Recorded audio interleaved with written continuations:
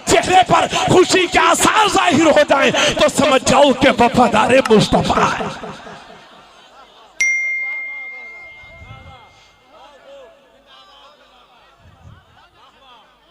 मेरे दोस्त कि मोहम्मद से वफा तूने,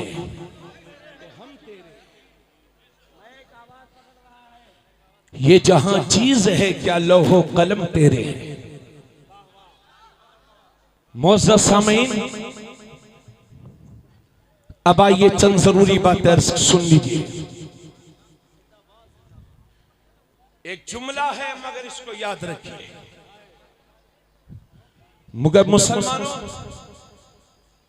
आज के दौर में जान से भी ज्यादा ईमान की हिफाजत कीजिए।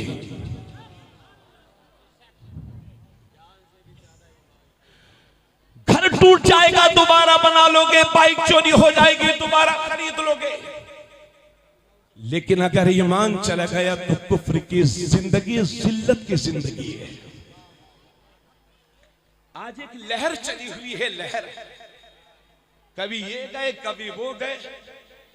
वही जाता है कि जिसका दिल पहले से काला हो चुका है, लेकिन जिस मुसलमान के दिल पर नबी के गुंबद की मोहर लग चुकी है, दुनिया की कोई भी कुफरी ताकत उसके ईमान को खरीद नहीं सकती। बोलो सुभान अल्लाह, और जोर से बोलिए। लेकिन अफसोस के साथ मुझे कहना पड़ रहा है, ए बैठो बैठो बैठो, बैठ बहन बैठ, खामोश रहो। ये जितने हमारे नौजवान खड़े हुए हैं और मजमे में अनगिनत बच्चे ऐसे होंगे, हम आज रोना रोते हैं मुसलमानों के साथ हो क्या रहा है। क्यों नहीं होगा आपके साथ। इसी मजमे में हमारे बहुत सारे लोग वो होंगे जो हाथों में अब भी कड़ा पहने होंगे। कितने लोग वो होंगे जो बदन पर टैटू बनवाए होंगे। कितने लोग वो होंगे जो सोने चांदी की जंजीरें अपने गले में पहने। और हमारे ईमान की कमजोरी का आलम यह है, तवज्जो से सुनिएगा, हमारे ईमान की कमजोरी का आलम यह है और डर का आलम यह है कि हमारी कौम ने दो दो नाम रख रखे हैं ताकि जरूरत पड़े तो साइड से निकल जाए। एक का नाम है अब्दुल रहमान। हमने कहा भाई साहब आपका नाम क्या है? तो कहने लगे हजरत लोग मुझे प्यार से पप्पू कहते हैं। एक का नाम है अहमद। हमने कहा भाई साहब आपका नाम? हजरत लोग मुझे प्यार से राजू कहते हैं। एक का नाम है अली। हमने कहा भाई साहब आपका नाम? बोले हजरत लोग मुझे प्यार से शानू कहते हैं। एक का नाम है हुसैन। हमने कहा भाई साहब आपका नाम? बोले हजरत मुन्ना कहते हैं। एक का नाम है अब्दुल कादिर। भाई साहब आपका नाम? हजरत लोग मुझे जो है गुड्डू मुन्ना शानू जो भी नाम बताए। कब तक मुन्ना गुड्डू शानू पप्पू बने रहोगे? अगर बाप ने नाम मोहम्मद रखा है और कोई 1 लाख बुत परस्तों में भी कोई पूछे कि नाम क्या है तो शान से बताया करो मेरे बाप ने मेरा नाम मोहम्मद रखा। उसमें से मुसलमान बनो। वाह वाह वाह। वरना जो कौम अपनी पहचान भुला देती है, ज़माना उसे कुचल दिया करता है, मचल दिया करता है। इसलिए आज तकरीर करने नहीं, या हाथों को फैला करके मुसलमान तुझसे भीख मांगने आया हूं।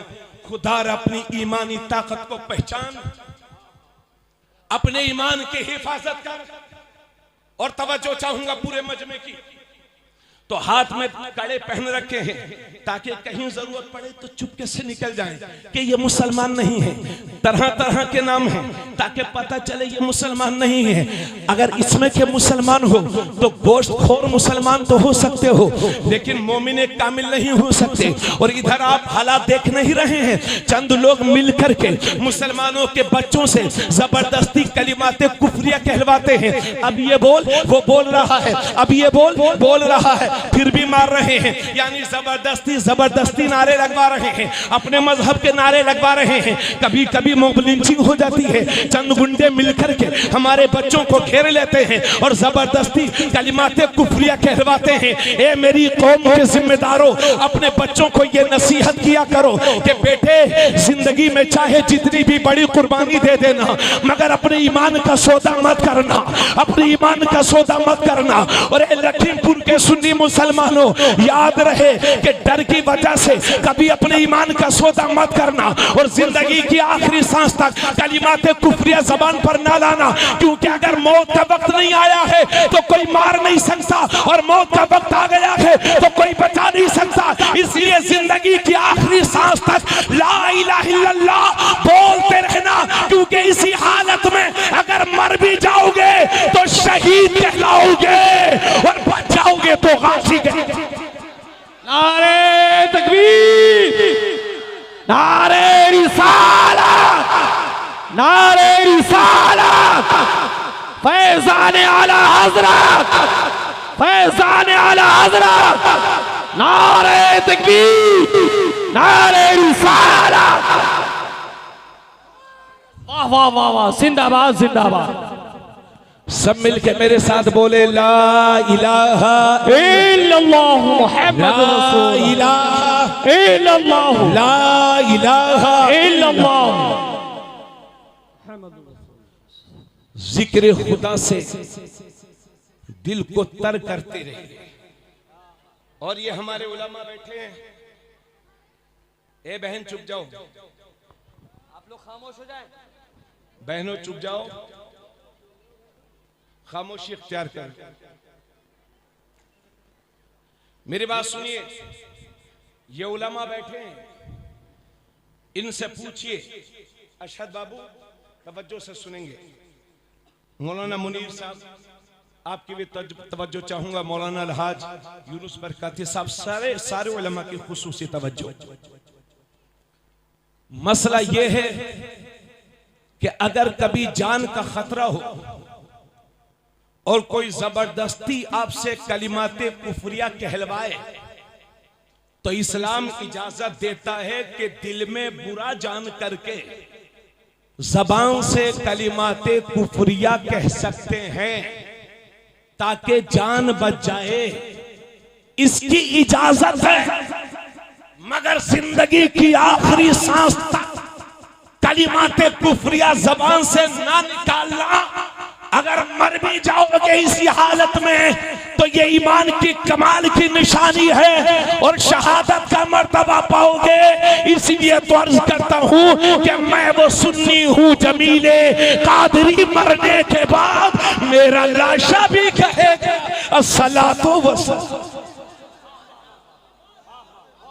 मेरा लाशा भी कहेगा अस्सलातो वस्सलाम। जरा ज़हनों को हाजिर फरमाएं। आज सबसे बड़ी जरूरत हमारी यह है कि हम जिंदगी के हर कदम पर इस्लाम की तर्जुमानी करें। बात समझ में आ रही है आप लोगों को? पीछे वाले भाई आप समझ रहे हैं मेरी बातें? माशाल्लाह मुफ्ती साहब ने पूरे इलाके को इकट्ठा कर दिया है। जहां 40 मुसलमान होते हैं उनमें एक अल्लाह का वली होता है। दुआएं कबूल होती हैं ऐसे मजमू में। और मैं तो कभी कभी कहा करता हूं कि मुझसे ज्यादा दीन की खिदमत आप कर सकते हैं, चूंकि हम तो मदरसे से चले मस्जिद पहुंचे, मस्जिद से अपने घर पहुंचे, अपने घर से अपनी गाड़ी में बैठे मुसलमान के साथ बैठे, मुसलमानों के दरमियान पहुंच गए। मुसलमानों से मुसाफहा किया, मुसलमानों में तकरीर कर रहे हैं, मुसलमानों के साथ खाना खाएंगे, मुसलमानों के से मुसाफहा करके फिर मुसलमान के साथ फिर दूसरे मुसलमान में चले जाएंगे। तो हमारी उठक बैठक सिर्फ मुसलमानों तक है। जमाने में आप रहते हो, समाज में आप रहते हो, दुनिया के दूसरे धर्म के लोगों के साथ दुकानें आपकी हैं, बिजनेस में पार्टनरशिप आप करते हैं। एक जमाना वो था कि दुनिया की दूसरी कौमें दाढ़ियों वालों से सौदा खरीदती थी, क्योंकि उन्हें मालूम था ये दाढ़ी वाला नबी का गुलाम है, ये कम नहीं तोलेगा। एक जमाना वो था कि लोग मुसलमानों के साथ बिजनेस में पार्टनरशिप करते थे, क्योंकि उन्हें मालूम था ये नबी का गुलाम है, मर जाएगा मगर फराड नहीं करेगा। वाह वाह वाह वाह। आज दुनिया का वो एतमाद हमसे खत्म हो गया है। ए लोगों, आज हमारी जिम्मेदारी ये है, गौर से सुनिएगा, हम सबकी ये जिम्मेदारी है। और याद रहे, हमारी बदआमालियों के नतीजे में दुनिया की दूसरी कौमें इतनी बदसन हो गई हैं कि ना अब वो हमारा कुरान पढ़ती हैं, ना वो हमारी हदीस पढ़ती हैं, ना वो हमारे नबी के बारे में मालूमात करने की कोशिश करती हैं। इसलिए नौजवान, ये हमारी जिम्मेदारी बनती है कि हमें चलता फिरता इस्लाम बनना होगा, चलता फिरता इस्लाम बनना होगा, हमें सच्चा पक्का मुसलमान बनना होगा, ईमानदारी की ऐसी मिसालें कायम करना होगा कि आने वाली नस्लें तुम पर नाज करें। और लखीमपुर के मुसलमानों, याद रखना अपने भाई का एक जुमला, अगर 21वीं सदी के मुसलमान अपने ईमान को बचा करके दुनिया से चले गए तो इसी में तुम्हारी बहुत बड़ी कामयाबी समझी जाएगी।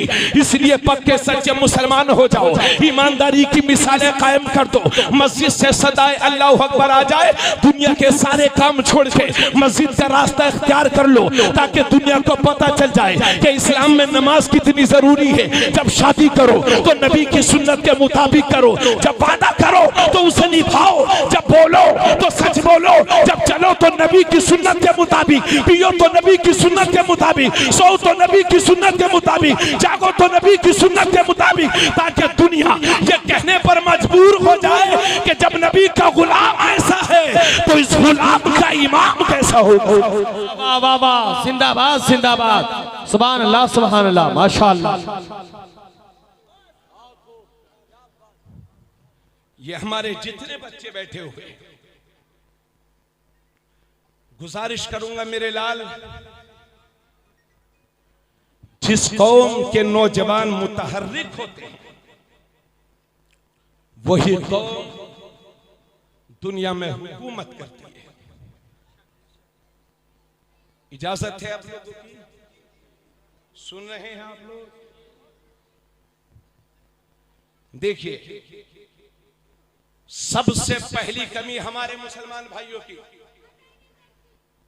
सबसे पहली कमी यह है कि हम तालीम के मामले में बहुत ही ज्यादा पिछड़े हुए हैं। हमारे 20 साल का नौजवान हुआ तो मुंबई चला गया, 22 साल का नौजवान कभी हरियाणा, कभी पंजाब, कभी कोलकाता, कभी सऊदी, कभी उधर कभी इधर, यानी पढ़ने लिखने की आदत ही हमने छोड़ दी है। सच्चर कमेटी की रिपोर्ट ये बताती है, 10 साल पहले की रिपोर्ट है मियां, ये कि मुसलमानों में 3 से 4% लोग पढ़े लिखे हैं और 96% लोग बेपढ़े लिखे हैं। जिस कौम में 3-4% लोग पढ़े लिखे होंगे और 96% लोग बेपढ़े लिखे होंगे, उस कौम का ये हश्र नहीं होगा तो और क्या होगा। हालांकि हम उस नबी के मानने वाले हैं कि जब मेरे नबी ने मक्का शरीफ में ऐलान नबुव्वत किया तो सिर्फ 17 लोगों को लिखना आता था, और वही मेरा पैगंबर 23 साल तबलीग करके जब जाहिरी दुनिया से रुखसत होता है तो 1.25 लाख सहाबाए किराम के हाथ कलम से सजे हुए थे, जिन्हें लिखना भी आता था, जिन्हें पढ़ना भी आता था। तवज्जो चाहूंगा, अल्लाह के नबी या किसी सहाबी ने कहा है, फरमाया है, उतलुबुल इल्म लौ कान बिस्सीन, इल्म हासिल करो अगरचे तुम्हें चाइना का सफर करना पड़े। तो क्या उस वक्त चाइना में बहुत बहुत बड़ी यूनिवर्सिटीज थी, कॉलेजेस थे, स्कूल थे? जी नहीं। चूंकि उस वक्त अरब की जमीन से चाइना का सफर बड़ा मुश्किलों वाला था, इसलिए हुक्म दिया जाता है चाहे जिंदगी में मुश्किलें जितनी भी बर्दाश्त कर, मगर अपने बच्चों को पढ़ा लिखा लो। और लखीमपुर वालों, अपने भाई के दो जुमले याद रखना। जमाने पर वही कौमें हुकूमतें करती हैं जिनके बच्चों के हाथ कलम और किताब से सजे होते हैं। अगर अपना मुस्तकबिल इस मुल्क में बेहतर देखना चाहते हो और आने वाले वक्त में अपनी नस्लों को इज्जत की जिंदगी जीते देखना चाहते हो, तो खुदारा इन्हें बड़े बड़े मोबाइलों से बाहर निकाल करके किताब और कलम की ताकत दीजिए। तवज्जो चाहूंगा और याद रखिए, दुनिया की आधी से ज्यादा दौलत पर एक कौम है दुनिया में, एक कौम है दुनिया में, दुनिया की आधी से ज्यादा दौलत पर उनका कब्जा है।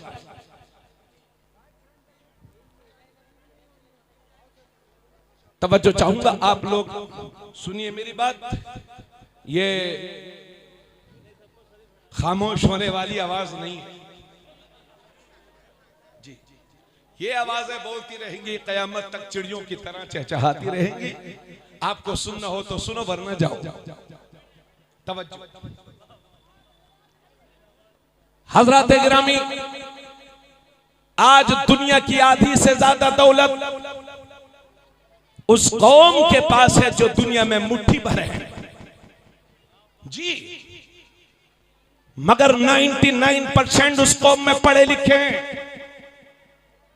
यही वजह है कि अमेरिका जैसा सुपर पावर मुल्क आज उस कौम के आगे घुटने टेके हुए है। चूंकि अमेरिका के बड़े बड़े ऑफिस में जो बड़े बड़े ऑफिसर्स और अधिकारी हैं वो उसी कौम से ताल्लुक रखते हैं। अमेरिका जैसा सुपर पावर उनके आगे इसलिए झुका हुआ है चूंकि ये उसकी मजबूरी है। यही वजह है कि जिस कौम को दुनिया को जालिम कहना चाहिए, लोग उसे मजलूम कह रहे हैं, और जो बेचारे मजलूम हैं दुनिया उन्हें जालिम कह रही है। समझने की कोशिश।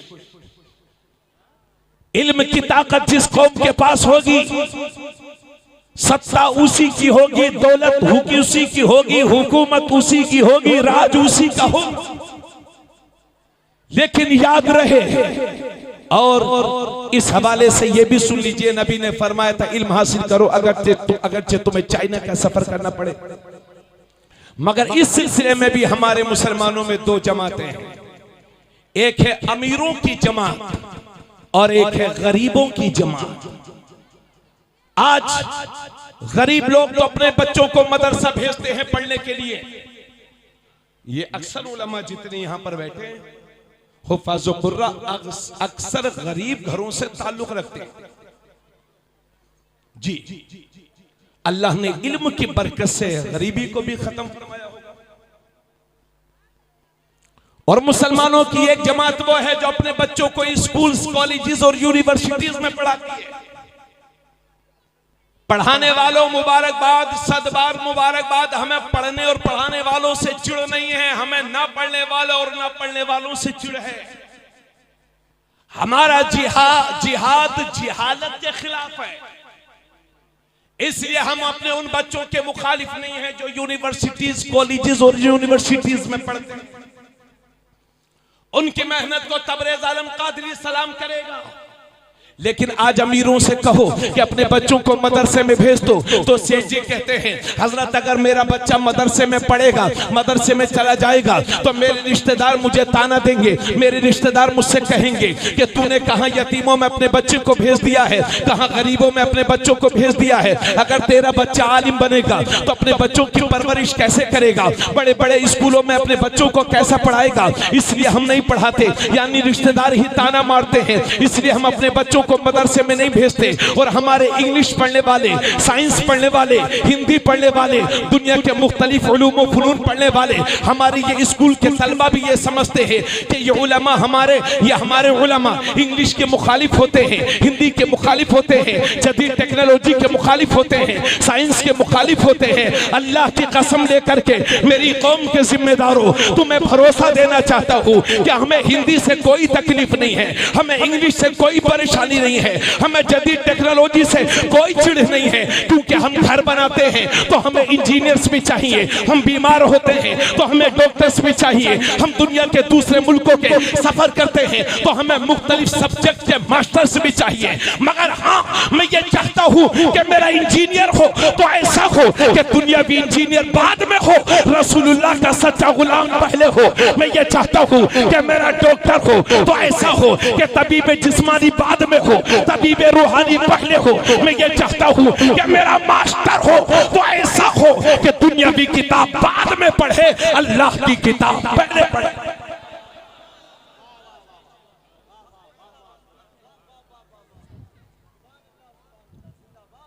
आज लखीमपुर वालों, ज्यादा तादाद इसमें जिला लखीमपुर के लोगों की है। ए बेटा, खामोश भी रह लिया करो कभी। मैं आपको अल्लाह का वास्ता दे करके कहता हूं कि आपके जो मदरसे चल रहे हैं पूरे जिले में, अपनी हलाल कमाइयों से उन मदरसों की मदद कीजिए, क्योंकि अगर ये मदरसे बंद हो गए तो नमाज जनाजा पढ़ाने वाले तक नसीब नहीं होंगे। क्योंकि हमने देखा है डॉक्टर्स और इंजीनियर्स और मास्टर्स जो मेरी कौम के बच्चे हैं, उनकी मेहनत को सलाम, मगर मुझे ये कहने में भी कोई शर्म नहीं कि जब दीन पर हमला होता है तो इंजीनियर साहब अपने ऑफिस में चले जाते हैं, डॉक्टर साहब हॉस्पिटल में चले जाते हैं, मास्टर साहब को समझौता करने की आदत हो गई है। अगर दीन के लिए रसूलुल्लाह का वफादार बन करके अपनी जान का नजराना पेश करने के लिए कोई हाजिर रहता है तो यही मदरसे के गरीब उलमा और आइम्मा जो हर वक्त हमारे दीन के लिए तैयार है। वाह वाह वाह वाह, नारे तकबीर, हाथ उठा के बोले, हाथ उठा के नारे तकबीर, नारे रिसालत, नारे रिसालत, उलमाए अहले सुन्नत, उलमाए अहले सुन्नत, उलमाए अहले सुन्नत, दारुल उलूम गुलशरे मदीना, मुफ्ती तबरेज आलम साहब क़िबला, नारे तकबीर, नारे रिसालत। जो तलबा खाना खा कर के आलिम दीन बनते हैं, कसम अल्लाह की जिंदगी में आपने शायद कभी ऐसे खाने देखे ना हो जो हमारे मदरसे के गरीब तलबा खाते हैं। तुम समाज सेवक बनते हो, मांगने खाने वालों को रोडों पर शहरों में खड़े रहते हैं मांगने खाने वाले, उनको खिलाते हो खाना, और अखबार में छप रहा है साहब सेठ जी ने समाज सेवा की है, गरीबों को खाना खिला रहे। तुम्हारे इमदाद और तवज्जो के सबसे ज्यादा मुस्तहिक हमारे मदरसे के गरीब तलबा हैं। अक्सर लोगों को मैंने कहता सुना है, एक साहब से मैंने कहा चंदा दे दीजिए मदरसे के लिए, तो कहने लगे हजरत मैंने कह दिया है कि जिसके मदरसे में कंप्यूटर होगा, शीशे का दरवाजे लगे होंगे, वीआईपी इंतजाम होगा, वहीं चंदा दूंगा। अब मैं सेठ जी, आप जब पैसा देंगे तभी तो मदरसे में कंप्यूटर लगेगा, यह राशन पूरा नहीं है और आप कंप्यूटर के ख्वाब देख रहे हैं। और याद रहे मदरसे वालों का मकसद कंप्यूटर बाद में है, कुरान पहले। और यह भी सुन लो, दुनिया के सारे सब्जेक्ट, दुनिया के सारे विषय, दुनिया के सारे मौज़ूआत डिग्री होल्डर बनाते हैं और कुरान बेहतरीन इंसान बनाता है। अरे जरा बोलिए थोड़ा। वाह वाह, सुभान अल्लाह, सुभान अल्लाह, सुभान अल्लाह, सुभान अल्लाह। एक रिवायत मैंने कहीं पढ़ी है जिसका पूरा मफहूम मेरे जहन में नहीं है, अलबत्ता एक छोटा सा हिस्सा मेरे जहन में इस वक्त आ रहा है कि एक शख्स का इंतकाल हो जाता है, और जब वो इंतकाल उस शख्स का हुआ था तो उसकी बीवी हामिला थी, गर्भवती थी। जब उस शख्स का विसाल होने लगता है तो वो अपनी बीवी को वसीयत करता है कि तुम्हारे पेट में जो बच्चा है अगर ये लड़का है तो मेरी ये वसीयत है कि इसे हाफिज कुरान बना देना। मरने वाला मर जाता है, इंतकाल कर जाता है। 6 साल तक जहन्नम में रहा। 6 साल के बाद मेरा रब हुक्म फरमाता है, फरिश्तों उस आदमी को जहन्नम से निकाल करके जन्नत में दाखिल कर दो। सुभान अल्लाह। फरिश्ते अर्ज करते हैं, मौला हम ही तो कातिबे आमाल हैं।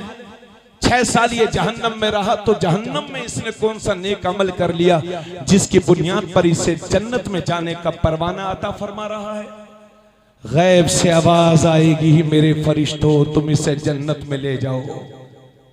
क्योंकि जब इसका इंतकाल हुआ था तो ये वसीयत करके आया था कि अगर मेरा लड़का हो तो उसे हाफिज कुरान बनाना। आज वो बच्चा 6 साल का हो गया है और पहली बार मदरसा पढ़ने के लिए गया है और उसने पहली बार बिस्मिल्लाहिर्रहमानिर्रहीम कहा है। तो जिसका बेटा जमीन पर मुझे रहमानुर रहीम कह रहा हो, मेरी गैरत को यह गवारा नहीं कि उसके बाप को जहन्नम में रखूं। वाह वाह वाह, सुभान अल्लाह सुभान अल्लाह। जरा जरा सी बातों पर उलमा की टांगे खींचना हमारी आदत हो गई है। उलमा इस्लाह मुआशरा के लिए कोशिश करते हैं। बस्तियों में इन्होंने कोशिशें की हैं और कहा है कि शादियों में बैंड बाजे ना बजाओ। इन्होंने कोशिश की कि जिसके घर बैंड बाजा बजेगा उसका निकाह नहीं पढ़ाएंगे। इन्होंने कोशिशें की कि बारात कम लेकर के जाओ, मगर ये हमारे बिगड़े हुए लफंगे से ये कहते हैं अरे ये 5000 मौलवी हमें सिखाएगा। ऐसे मौलवी तो मेरी जेब में रखे रहते हैं। अब मैं बिगड़े हुए से कुर्ता पजामे का नाम आलिम नहीं है।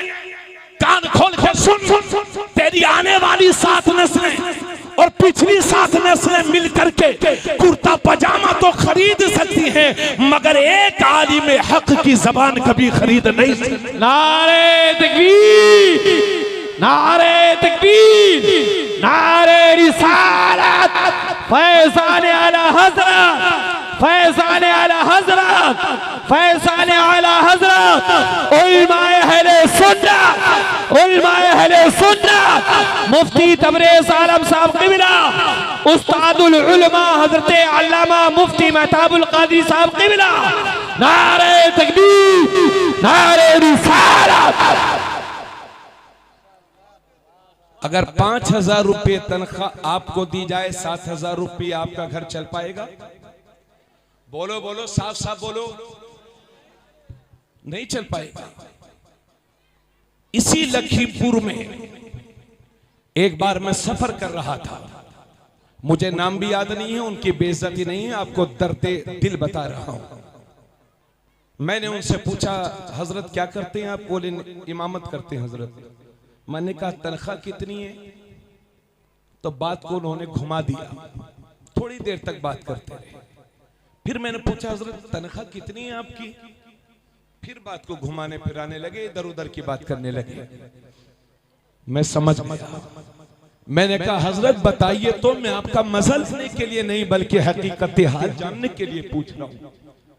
कहते हैं हजरत मेरी तनख्वाह, ये 1 साल पहले की बात है अभी, कह रहे थे हजरत मेरी तनख्वाह सिर्फ 3000 रुपये है। मैंने कहा कितने साल से हैं आप? बोले हजरत मुझे 6-7 बरस हो गए।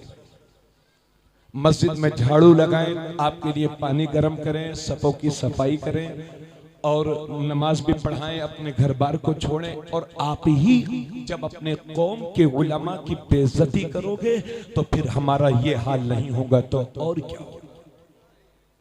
दूसरी कौमें अपने झूठों को उठाए उठाए फिर रही हैं और तुम अपने सच्चों को गिराने में लगे। अगर यही हाल रहा तो कौन पढ़ाएगा अपने बच्चों को इल्म दीन? इसलिए अगर हो सके तो अपने अइम्मा हजरात की तनख्वाह को बढ़ाइए, उनकी इज्जत कीजिए। तरावी का नजराना तय करना हराम, इंशाल्लाह इस पर भी बोलूंगा, मगर अकल तो आपके पास भी है ना। अगर आपका बच्चा कह दे कि अब्बू जी मैं ईद के दिन कार लूंगा छोटी वाली, तो ये गिफ्ट दिलाने के लिए बरेली, पीलीभीत, लखीमपुर जा रहे हैं कि बच्चे को गिफ्ट दिलाना है, और इमाम साहब को 200 रुपए देना पड़ जाए तो जमीन व आसमान नजर आते हैं। अपने हाल पर रहम करो मुसलमानों। अगर इन उलमा की तौहीन करोगे, बेइज्जती करोगे तो दिल टूट जाएंगे। मुफ्ती मेहताबुल कादरी साहब अपने गांव बस्ती को छोड़ करके इस धरती पर हैं, और जो दीन का काम किया है इंशाल्लाह वो सुबह क़यामत तक बाकी रहेगा।